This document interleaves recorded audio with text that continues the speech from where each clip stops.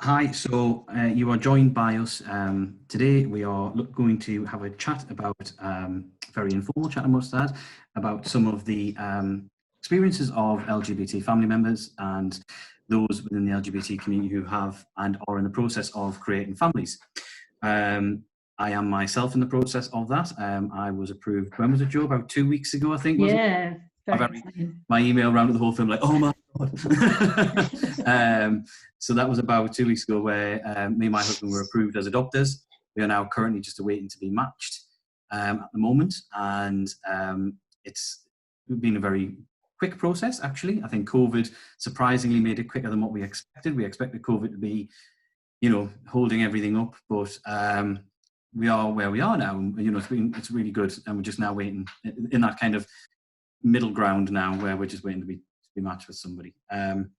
So I would probably I'll introduce Joe, and then we will just, if we go around, everybody introduce themselves. So Joe's a colleague of mine and in the family team. So do you want to just tell them a little bit about yourself, Joe? Yeah, so my name's Jo Gray. I'm a family law solicitor. I practice in all areas of family law, and I've been at EMG for 6 months now. Actually, it's gone by so quickly.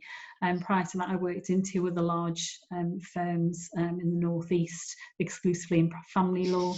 As I've just mentioned before, one of the key areas that I'm trying to develop within the practice is to grow our representation of members of the LGBTQI+ community. It's really important to me. I'm a long-standing ally of the community. I have my own team who I have spoken to today and said, how would you like me to introduce you to these people? And they have said, if you can explain that you have a non-binary child whose pronouns are they or them, and that's my lovely eldest child called Beck, who keeps me right on a lot of issues as well. And it's really important to me that their access to services, whatever stage of their life and relationship go through, is exactly the same as much as it can be as the white heteronormative community has had the benefits of for a long time. So that's where I come from, and I do a lot of work with clients who need cohabitation agreements, which are quite common in the community, when people are getting married or having civil partnerships.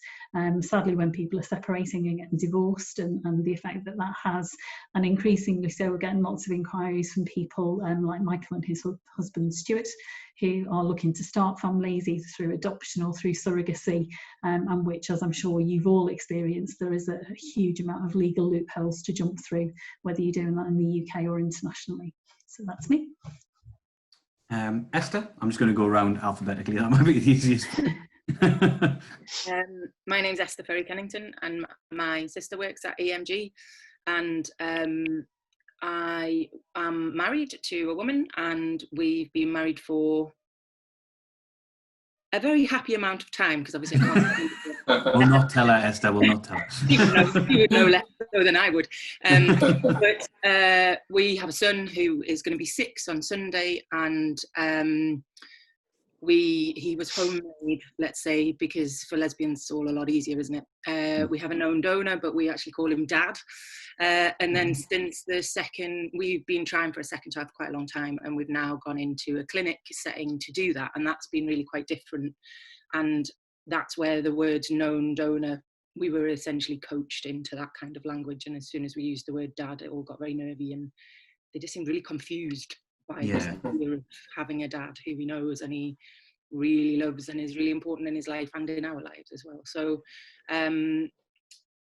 so we're in that process now, kind of moving through IVF, which is quite different, and not a choice we could have made 6 years ago, because we wouldn't have had the money really. So kind of things have been timely as they've come and as life has developed. So but Billy's ace, and we're very well supported across our wider families and across his dad's family and everybody. So yeah, it's but as I say, I think for lesbians it's all easier. It just is, isn't it? Because we've got the wombs and all that already. But I find surrogacy and all those things really fascinating, actually, and to see more dads, more gay dads, I think would show a real development of our nation, of humanity, actually. And I think Scott, we're flying that flag, aren't we? We are. Seems like quite a nice time to move on to you, Scott, actually. Okay. So my name's Scott Richardson. I'm a GP by background, and I'm really passionate about equality and a proud supporter of diversity. So kind of for everyone, LGBT plus, race, disability, it's everything. I'm really passionate around supporting people. So that's kind of my professional side of it. Obviously, that involves patients and kind of one of the real reasons why I got involved in kind of LGBT work. In my personal life, I'm a single gay male. And I probably wouldn't have felt really comfortable 5 years ago, even divulging that on this call. So I think I've moved on a lot recently. And I think that's one of the key things that's really important for people who are not LGBT plus to realise is that emotional baggage people bring with us. And particularly the older people in the community that have experienced lots of discrimination. I think things have changed now, but actually you still bring that along with you sometimes. So I'm single and I'm in the unique position of actually going through surrogacy at the moment, which is very different and actually was not possible 2 years ago. So last year the law changed, which allowed me to become someone who's looking for a surrogate. And I'm now matched with a lovely surrogate who is experienced. This will be her 10th journey, and we're doing traditional surrogacy. And fingers crossed, we might have a pregnancy now, tomorrow, I don't know. We'll see. So it's quite an exciting phase, and I'm really grateful to be given the opportunity. And I'm even more grateful that people like you guys, I guess, who solicitors and law and everything kind of scares me a bit because I've not been you don't come into contact with that much, and legal system's quite scary anyway. So I'm really grateful for you guys to be taking an interest and kind of be really interested in how you can support the community. So thank you. Sharon? Hi everyone, I'm Sharon. I'm an adoptive parent of a 15-year-old now. She came to us when she was 3.5. So my experience of going through the adoption process feels like quite a long time ago. That's me. I suppose it's probably worth saying that I did go through, well, I didn't, but my partner did go through IVF and known donor, but those things didn't work out for us, so we went down the adoption route. Thank you very much. So what we've kind of got a few little topics, to kind of go through and choose from, just to kind of have some kind of structure in case we all get completely waylaid. So one of the kind of first things we wondered was, as LGBT individuals, or those in Jo's position where she's the parent of an LGBT individual, has family planning always been something that you or yours have considered? I know, well, I'll start then. I know certainly from my perspective, it wasn't something that I'd always considered. It was something that Stuart had always considered. And it kind of once we got together and we settled down and we got married, and then very quickly thereafter, we started to think about the different options available to us. Then, Stuart was very, very keen.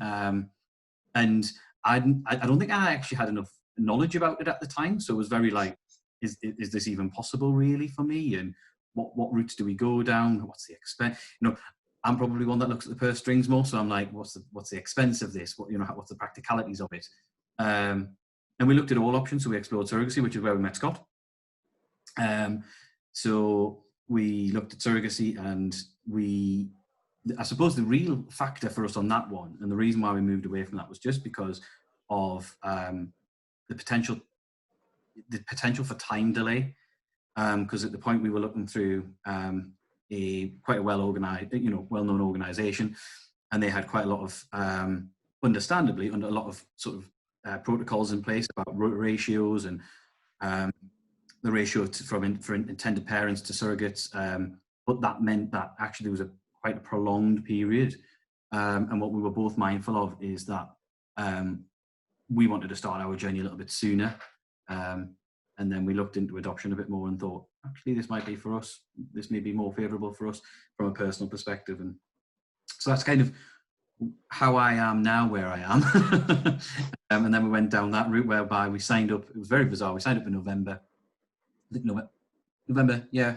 I think we registered our interest in November, and then in January had our first kind of training exercise and approved by June. So really, really quick. I mean, I don't know about anybody else. I don't know how long you guys had all been considering your journeys for. Yeah, shall I go next? Yes. Yeah. So I guess I was aware, even from age of 16, 18, that I always intended to have kids at some point. It's never been a question that I wouldn't pursue it, I guess. However, you always get them kind of social things that kind of, being gay, you're used to kind of having that kind of in the back of your head, and everyone around you telling you can't do something, and at the time when I was 18, obviously, which was quite a while ago, I couldn't have went through surrogacy. And actually, it probably, I guess, would have been frowned upon in the community, and I'm not sure how even my family would have reacted to that kind of news. At the time, I think social norms change over time, don't we? And it certainly wasn't the norm for a single or a gay man in a relationship to have a kid, I guess, 20 plus years ago. More than 20 years ago, when I was 18. Because he's giving his age away now, isn't he? That's how you're supposed to say. You don't look your age. But I kind of always thought I'm one of these people that works around things. So I always thought I would probably work around the solution. Probably find a nice lesbian or bisexual woman who wanted, that was kind of always in my head, but I'd never really planned it. I was probably intelligent enough and smart enough to think at 18 I didn't and wasn't ready for a kid, but it was always there. But I never thought through the practicalities, and I probably still don't with most decisions I make.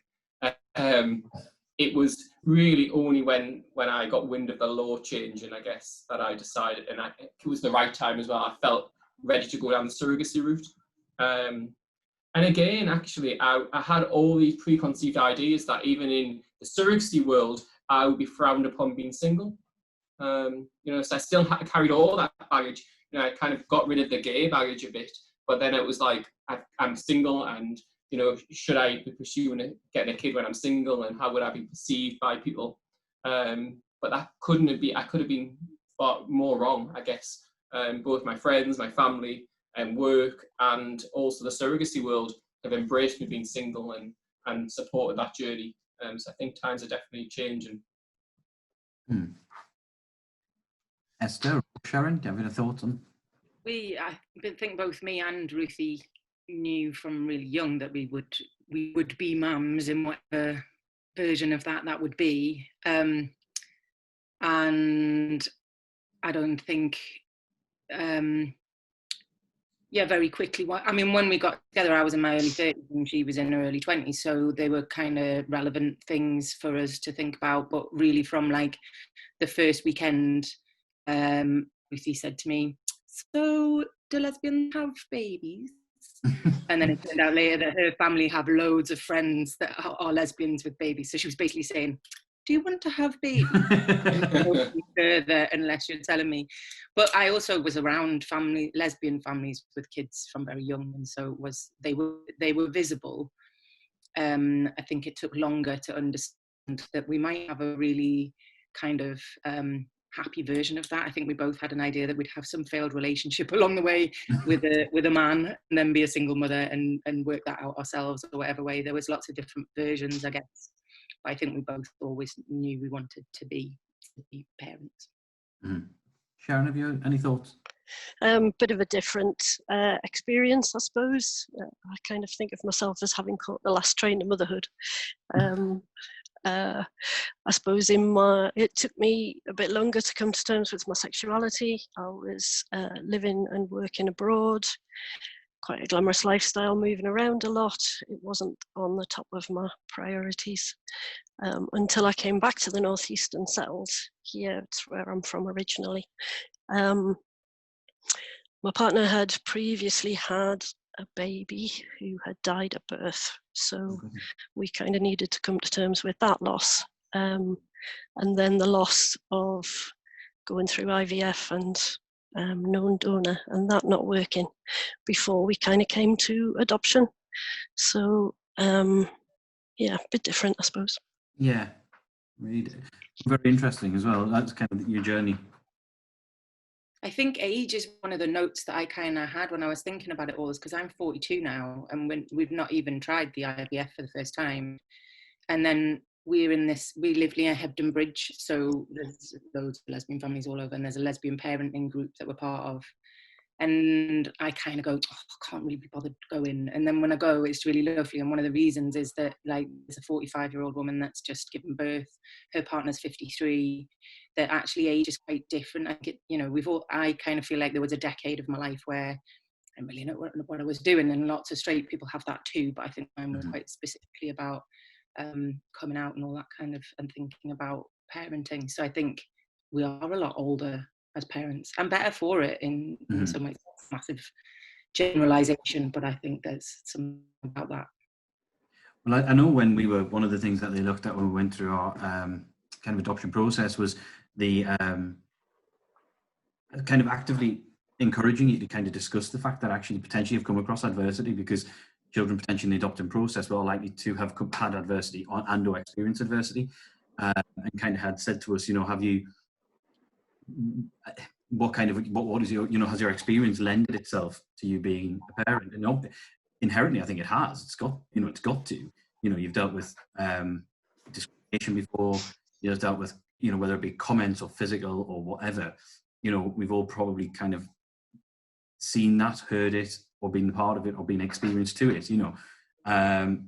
So I think, there is absolutely an element of, with age comes experience, and you are able to kind of go, well, actually, I now have all of this wealth of experience that I wouldn't have had I gone through this in my 20s. I mean, I didn't come out until I was technically 22, yeah. So quite late in the day for some people, but perhaps not late in the day for everybody. But and it was certainly something that I kind of thought recently in preparation for this, as well as the adoption, kind of how did it impact on me, and that's actually something I suppose that when we're proposing to move on to anyway, was about any reactions that we all had to becoming parents, whether it be positive, negative, or simply just a lack of knowledge. How does that translate? How have people kind of interpreted it? I know certainly for me, we've had really nothing but positive feedback in terms of becoming parents. There's been quite a lot of how does this work? Certainly, I must say, more around surrogacy than adoption. People understand understand adoption a bit better than they understand surrogacy. Yeah, could I ask as well, when you're considering what Michael's saying there, from my perspective as both an ally and as somebody who deals with this from the legal side, how did each of you consider where the law fit into those arrangements? Because people who I give advice to, the main thrust of what they're concerned about is, how can we make sure this doesn't fail when we've gone through all the biological heartache or the process heartache, and the law at the moment is in, as Scott will know, it's in consultation at the moment. The consultation is just finished in November, particularly around surrogacy law, to try and update it, because it's really not properly fit for purpose. And we've gone through that process with the adoption law since sort of, the original Adoption Act in 1958, I think, and through to 2002. At what stage did you consider whether the law or getting legal advice might assist you and sort of give you some comfort as to what was coming, whether you were going through an adoption or a surrogacy journey? And was it helpful, or what could have been better with it? Because that's really quite useful information. I suppose from my point of view, it's quite, we obviously had, I suppose, a useful resource. I was able to bounce things off our family team, Yeah. and I was able to kind of discuss certain things with them, certainly around surrogacy, and around the kind of potential for how with it kind of all being on an agreement basis. And contractually but obliged, and what risks that, and I think there is an element of risk, Joe. I think that's unfortunately the nature of the law as it stands at the moment is you do your best to set up in your position so that it doesn't fail and doesn't fall through. But inevitably there are so many things that we never thought about. Things like what happens if one of the intended parents dies during the journey. What what provision's been set up in that position, you know. And Scott, that's probably something that you've probably had to think about, because, you know, being a potential single parent, what happens if, you know, during the journey, God forbid something happens, you know, all of these things that we never, I suppose when you just think from the outset, you think, oh, I'm going to go through surrogacy. I never thought about what happens if I die, what happens if Stuart dies. God forbid, you know, what happens if our surrogate gets very ill, or, you know, and there was an awful lot to think about. I was quite fortunate, Joe, but I think that's probably because of the nature of what I do. I have a level of support, but I don't know about anybody else, Esther, Scott, or Sharon. I suppose early on in our journey, we didn't really have, you know, we were well supported by our social worker, perhaps a bit less so from my daughter's social worker. The only thing that I think we might have welcomed some help with was, and you know, this might have changed since then, but actually going to the court to adopt our daughter. We left that for a significant amount of time, because before we officially adopted her, we got a lot more support, practical and psychological support from services up to the point that she was adopted. So we made a conscious decision not because we weren't committed to it and absolutely we're going to do it, but we didn't actually go to court for the adoption order until it was almost 2 years after she was first placed with us. And at that point, we thought that the going to the court would be a really lovely occasion, and we'd planned to go out and have cake afterwards and that kind of thing. And we were encouraged to take our daughter with us, who was about 5 at the time, so didn't really understand what was going on, and it was incredibly formal and very unnerving, even for an adult who, you know, kind of works in I work in the NHS, so I'm used to sort of pressured environments and lots of structure around work. But the family court, which was just in a small market town, it wasn't in a big city or anything, completely threw my daughter for a hoop and left us feeling that it was a really horrible process to have gone through and not something that we wanted to celebrate at all. So I'm hopeful that those kind of occasions have changed since then. But if they haven't, maybe don't take your child with you when you go to do that. Because in my head, I suppose I thought it was just a rubber stamp. But the judge seemed to feel like he had to go through a very long process of questioning. And after what probably already has been a long process of questioning, you know, the nature of the process in any event, you know, I know for myself, you go through, you know, months of being questioned about. So you're right, you know, to have that probably the family bit where you expected that to be the joyous bit and the slightly less formal, but actually yet seemingly more formal, Joe. I think it's maybe moved on, and it's probably geography specific, because I used to work in Cumbria, and certainly I know the judges over in Cumbria, when the final order is made, it is quite a celebration of the child. So they will have like little tea parties and gifts for the child, and there's lots of excitement, and you know, it's all very much focused on the judge talking to the child. So again, I don't know whether that's the case in Newcastle, because I think certainly it can be location specific. Maybe Esther's not gone through that process, have you? But I think there has been some movement, and certainly the focus, particularly in the family courts around these areas now, there's a lot of discussion about trying to make these things less formal and more child friendly. But that's quite interesting, because that's not that long ago, is it? I mean, we're not talking decades ago. It's, you know, it's a recent lived experience, isn't it? The other thing in terms of legal help, which I think is something that we may potentially need to broach, for which there's no law at the moment, is the contact agreement that we have. So we have letterbox contact with my daughter's birth mum, and that's been sporadic, but it has continued over the years that she's been with us.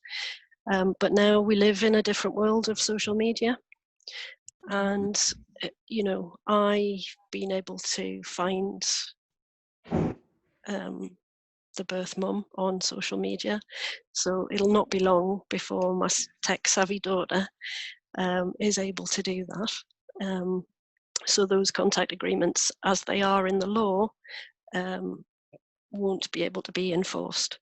And, you know, we know of other families where, because of contact through social media, the child has made arrangements to go and meet, and in one case, run away to birth parents. So I think that's something that, you know, we need, or you guys need as a profession, to start thinking about what support can you offer to adoptive parents for that. No, absolutely. Thank you. That's That really is good actually to know, really, actually. really useful to know. Scott, Esther, have you got any thoughts or? Yeah, so I guess, so I'm one of these people that actually doesn't read the manual, so I just jump in and start building the furniture, and that's pretty much what I did actually with surrogacy too. And I kind of, you know, dip in and out of the kind of the legal sides and the manual, so to speak, when I need to. So initially I kind of just decided I wanted to do it, and then I kind of have picked things up as we've gone. And I think for two reasons. One's probably my personality type. And the second thing I think, which is really helpful for people to appreciate, is that with things like surrogacy and adoption, I guess, you come to it thinking that this is going to be a challenge and very difficult. So I thought, you know, this would be very difficult as a single gay man. And you don't want to get your hopes up. So you kind of, even now I'm thinking, well, this might not happen, and I don't really want to get my hopes up, and I don't feel that it's absolutely will happen, even though I'm matched now and I've been trying for a baby, I guess, because it's so important to me, and I don't want to be disappointed. So that's I guess the second reason why I don't want to look into stuff too much. You know, I don't want to have to go down the route of seeing a solicitor or getting legal advice until the exact time I need it, because it feels like you'll just be even more disappointed, I guess, if that makes sense. So I guess it's important to understand that too, and I wonder whether an informal approach initially would help. You know, so you could just have some informal kind of advice. These are the sort of things you need to think about when you're ready, rather than before you start surrogacy, you get everything sorted. I guess. During the journey, I've obviously had to think about it, and it was pretty tough, really, thinking. I've obviously, the agreement isn't a legal agreement, but obviously I've went through it. I had them really difficult thoughts being single about who I would want to care for my child, as you say, if I unfortunately passed away. And that was pretty difficult. And I'm still not even convinced whether that's legal. I don't even think it is legal. I've got it in the agreement, you know, I've asked the people, and I don't think that is legal, but I think I've expressed a wish. And then the second thing was in terms of a will as well. So I've obviously got a will now, which I didn't have before. So I'm clearly one of them people that doesn't plan. But that was also very difficult, and actually they struggled to understand what I wanted. So because I at the moment don't have a kid, and I don't have someone that's pregnant, and the person that is going to get pregnant isn't related in any way to me, isn't my partner, you know, they really struggled to understand the concept of where I wanted my assets to go if I died. And I think it made it more difficult because there wasn't a pregnancy. But yeah, it was to and fro a lot. So I don't feel that they fully understood the kind of my situation fully, which made it more difficult, I think. There was that. I'm trying to think of what else I was going to say. Yeah, that's probably it. Yeah. Esther? We had we had a book that we called the Bible, that's called the Maya Clinic Guide to Lesbian Parenting or Co-Parenting or something like that. And it's an American book, so lots of the law in it isn't actually relevant here. But that kind of guided us in lots of ways. And then actually the law changed quite soon before we had Billy. I think while we were together, that you could have two women on the parents on the birth certificate. I can't remember when that was, but anyway, that was possible so long as we were civilly partnered by the time we conceived, is my memory of, not detail of it all. So we did have some understanding of those kinds of things.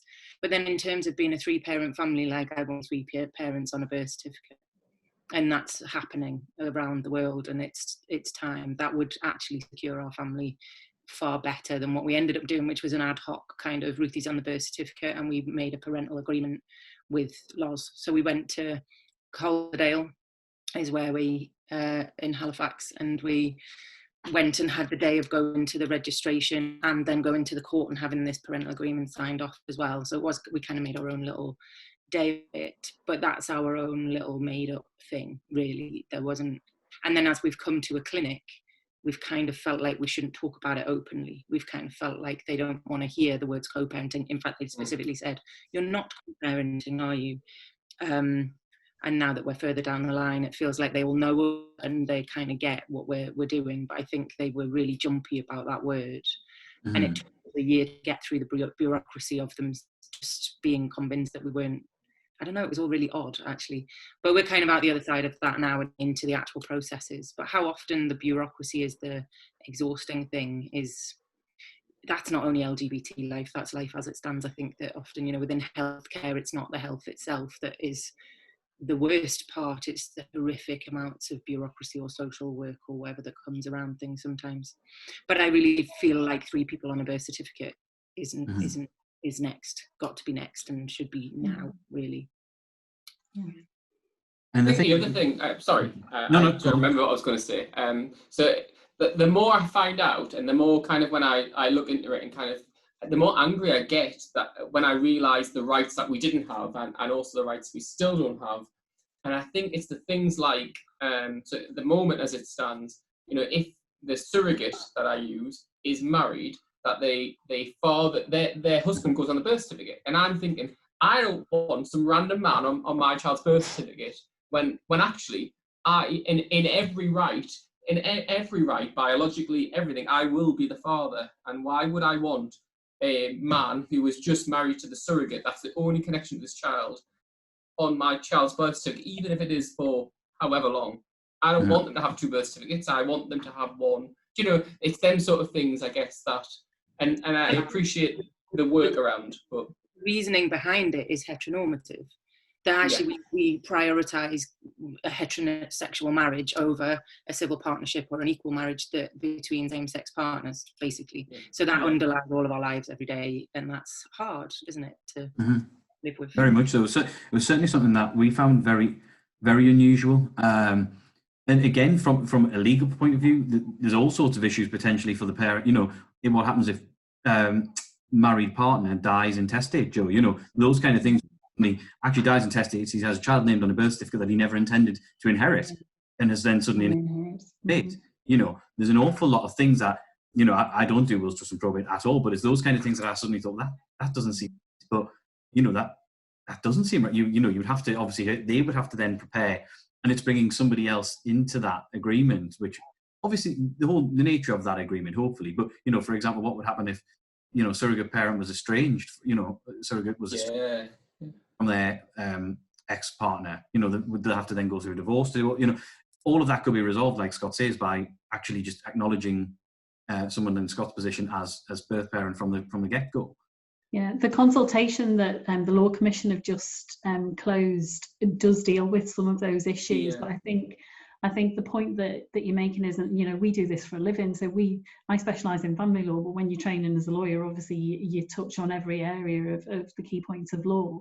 So unless you've got a working knowledge of family law, so the Adoption Act, Children's Act, the Human Fertilisation and Embryology Act, all these different things, if you don't know about wills and trust law, all of these kind of things, and you're approaching what is essentially an emotional and physical parenting journey in your own life, and you're not heteronormative, you've got to get to grips quickly with things that you don't even know are connected.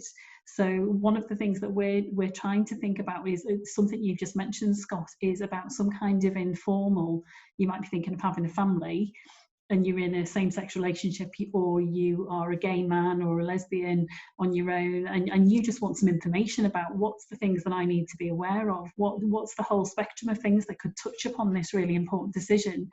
I need to make. And we wondered whether that was sort of some kind of information clinic or a service we might be able to offer, or to take time to work with people in the community to try to develop something, because it seems to us as legal professionals that it is, you know, for us it's a minefield. It's a really complicated area of law, and that's before you even look at international jurisdictions, which in surrogacy is quite a common decision people make. Because I've just put a blog on our website, and kindly Michael, you know, contributed to that, and we ran it together, and some of the statistics are really quite staggering. It still is an area that is very much brushed under the carpet, and it's the burden is on the person or the people to go and find out that information themselves, against all of these barriers that just aren't there for the hetero clients who come to us, and we can give pretty easy and straightforward advice, you know, because it's the stuff that goes through the legal system every day. And we just wondered whether that was something that was, you know, appealing and necessary. The law isn't necessarily going to change wholesale. We're probably still going to be left with lots of different acts dealing with things through amendments as time goes on, and eventually that might piecemeal into, you know, something that's workable. But what do you think about that? I think actually that there's a duty, isn't there, to educate LGBT plus people that they can have a family. And I think, you know, typically you hear a lot of stereotypes around gay people, that they are, you know, they people don't assume often. I think the tide's changing, but they're not seen as these people who are in monogamous, committed relationships with families, because there's not that many, I guess. And tides are moving, aren't they, in terms of civil partnerships and marriage, but historically that was never the case. And I think the more people are, I think that some of that barrier is not because people don't want a family and don't want to settle down, it's because they don't know they can, you know. And I think, you know, civil partnerships and marriages are different now, but actually a lot of LGBT people would think they can't have a family. So I think if you can educate that they can and make it, you know, give it informal sessions, I think that's a really good starting point, I guess, just so they even know the options are there. And not all of them might want a family, but actually if they know the options are there, then they will. And then that then increases the amount of LGBT people who have children. So it almost becomes more normal as well, doesn't it? Yeah. It becomes the norm, because you get more people doing it because they know they can. And I think them sort of sessions would be amazing, really good for younger people, for anyone in the LGBT community. Yeah. Probably something we need to look into a bit more, Joe. I think some of the stereotypes that there are, I think particularly about young gay men, are actually really horrendously damaging. I think they're supporting in that they mean that young gay men don't think they can be dads, they don't think they can, you know, if you can't see it, you can't be it, all that kind of language. But that actually I mean, in our community, there are lesbian families everywhere we go. There aren't that many gay men. And there are gay men I know in couples that would be just gorgeous dads and kind of wrote themselves off decades ago as a thing that could never be there in their lives. And that's a sadness, really, for our own community as LGBT people, that we're amazing parents, actually, because imagine going through all of this. There's no accident about it, you know. It's a very concentrated effort, and that results in pretty incredible parents, I think. Agreed. I think one of the, I mean, I'm mindful that we've had a really productive conversation, but I'm mindful you also have got day jobs. Don't want to keep you too long.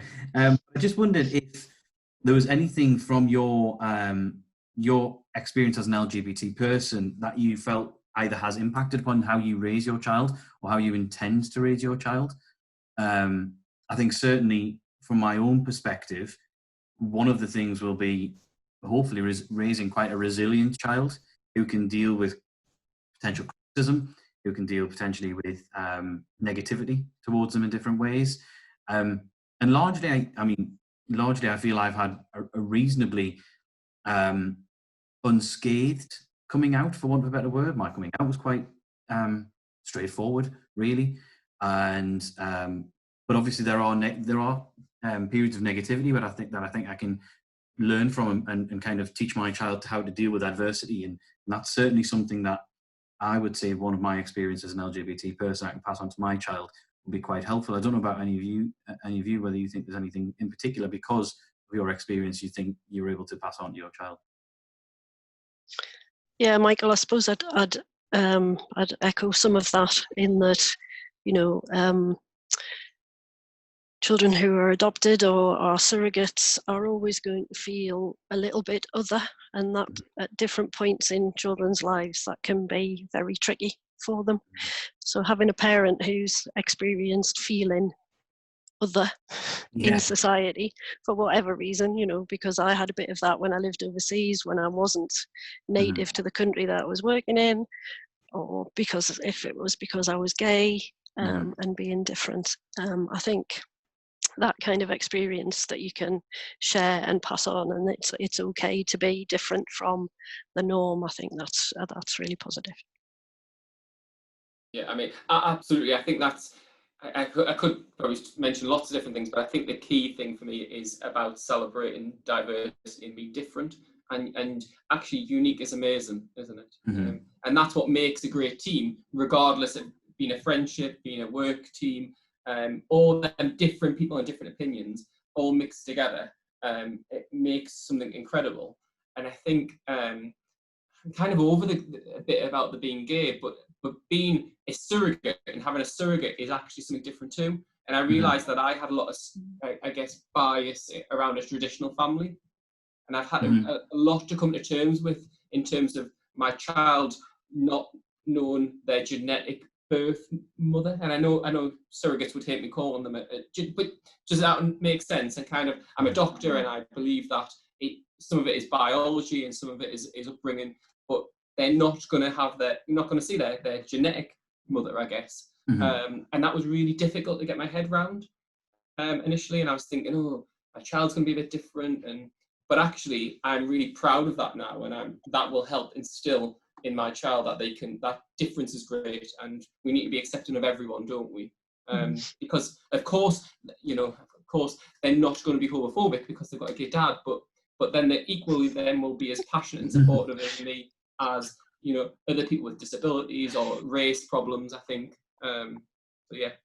And I know, certainly, having chatted to some friends of ours who are school teachers, and one of the things I have absolutely no problem in sharing this, one of the things I was extremely concerned about was school bullying as a gay dad, and whether there was going to be any, whether my child would be more likely or more susceptible to bullying because they have a gay dad, or two gay dads. And what I was very much advised by teachers is that they now are very, very good at teaching children that families come in all different shapes, varieties, sizes, mixes, and whatever, you know, and there is no, certainly from what I've been advised, I mean, I don't know, as I say, I'm not at that stage yet, but was that actually some of the schools are really well dealing with that.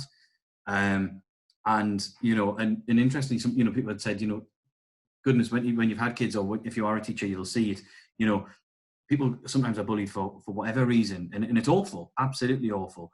But, you know, kind of effectively suggesting to me that, yes, there may be comments, but actually the schools are trying to do everything they can. And that was certainly really concerned about as a parent, but something where I was very conscious of what can I then do to teach them to be as strong as possible to kind of get through that experience. I don't know if it's the same as have to be careful about ageist comments here, when people who might have come out a while ago, their experience of it, but certainly my own experience of Beck and their tribe of friends who, you know, are, there is every type of person in their group. They are passionate advocates for equal rights of everybody. They're well informed, they're mobilised, they take part in activism as well, but positive activism. And I think, I don't know whether any of you have seen that, certainly you, Scott, if you're dealing with people in diversity, where you know, this generation who are coming through and sort of young gay people coming through, they really seem to have their act together. You know, they know more than the rest of us, they know the resources, they've got the media that they can use, they can mobilise really well, and they know what they want. And for me, it's an overwhelmingly positive experience when I see Beck's cohort, you know, of really, you know, for want of the word, kick-ass teens who are, they know what they want and they know what they're going to do to get it. But it's not about disempowering everybody else. It's about bringing everything up to the same level. Does that resonate with anybody? I think, you know, so I I sit on a senior leaders inclusion group for the NHS, and I was recounting this story, I think only last year, end of last year. And so when I came out, it was very difficult. You know, it was probably one of the worst experiences of my life, you know, coming out, and you build up to it, don't you? And I was watching a Will and Grace episode last year when they came back, and they were talking about it, and they were talking about how difficult it was coming out. And now kids, they have coming out parties, you know, and that's the difference, isn't it, actually? Yeah. And I think the older LGBT plus people carry this emotional baggage with them, and it's actually just, we are worried about them prejudices, I guess, that aren't there all the time. And they absolutely, they are there in pockets, aren't they? But on the whole, younger people today are much more open and fine with anything, as you say. And I've seen that in terms of patients I see and the people I speak to. You know, kids are much more open to everything, I guess, and supportive of everyone. And it's some of it I have to remind myself, it's my emotional baggage I carry that makes me worry. A bit like you, Michael, in terms of kids at school, you know, and bullying. And, but that's us, that carries that, I think, with us. And we've got to be careful not to pass that on. And then I think there's all just like the word intersectionality and how much we use it now commonly, and we think about young gay disabled person coming out, a young gay black person coming out. Actually, the different experiences are massive, but we kind of have more sense of them as whole experiences, each of them individually. And I think actually the non-binary really fascinates me, and I think with Billy, one of the things I got really surprised about was how much boys are stereotyped as much as girls. And I was brought up in a really feminist household, and it was all about women fighting our rights to wear, you know, we've been wearing trousers for well over a century. We see very few men wearing skirts. Like Jonathan Van Ness is my total, like when I grow up, I'm going to be Jonathan Van Ness and wear pleats and things like that. But actually, like, that part is the really modern thinking. And I think, yes, some people have got to the point where they can party about coming out in I mean, our family, we're two lesbians. People kind of got hang of lesbians. We're a very sort of acceptable face of gay parenting. It's not enough, you know, it has to carry on to where trans people can be in clinics and feel welcome, and the clinic knows how to look after them, knows the right things to ask them about and not to ask them about, and that's the next stage. And I feel like we're superhumans at the moment when I look at what is happening in humanity, that we're really quite far ahead of the curve, but we have to keep pushing the front of the curve further and further ahead, and the majority will see, and then the minority will still struggle with those horrific coming out stories, and that we have to be there to support them as well when they have them, don't we? I think I mean, Jo, have you got any more? No, I could sit here and talk about this all day. Yeah, absolutely. We could go and get a cup of tea and we could crack on for hours. I was thinking of a pint though in the pub. Yeah, absolutely. 4th of July. Like a pub garden family picnic for Pride.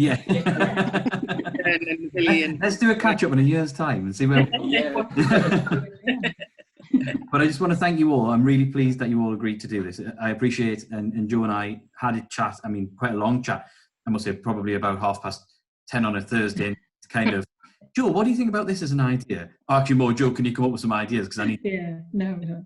It's good though, isn't it? Because look at the cross section of people we've got here from different backgrounds, different age groups, different life experiences, all coming together with essentially a common purpose that, you know, there's something good, something better that can be constructed from what we've got. It just takes a bit of willingness, doesn't it, and a bit of effort to do it.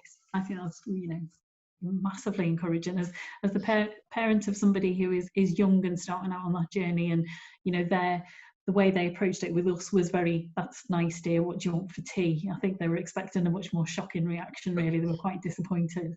But it still doesn't get rid of those worries and concerns you've got about the society that they're going into, does it? And you can step up and take part in it. And it's, you know, I think it's a good thing. It must be nice, Jo, to see, obviously, people who have been through it and have kind of gone through a lot of what Beck is likely to go through, potentially, and kind of, but are equally strong individuals and able to move on and, you know, and create families. You're all role models. You're all what role can I say?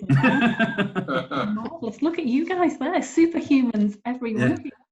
So I just want to thank you all very much. I appreciate it. It's a very personal thing we've asked you to discuss today, so I'm really grateful for all of your time and sharing your experiences. Nice to meet you all.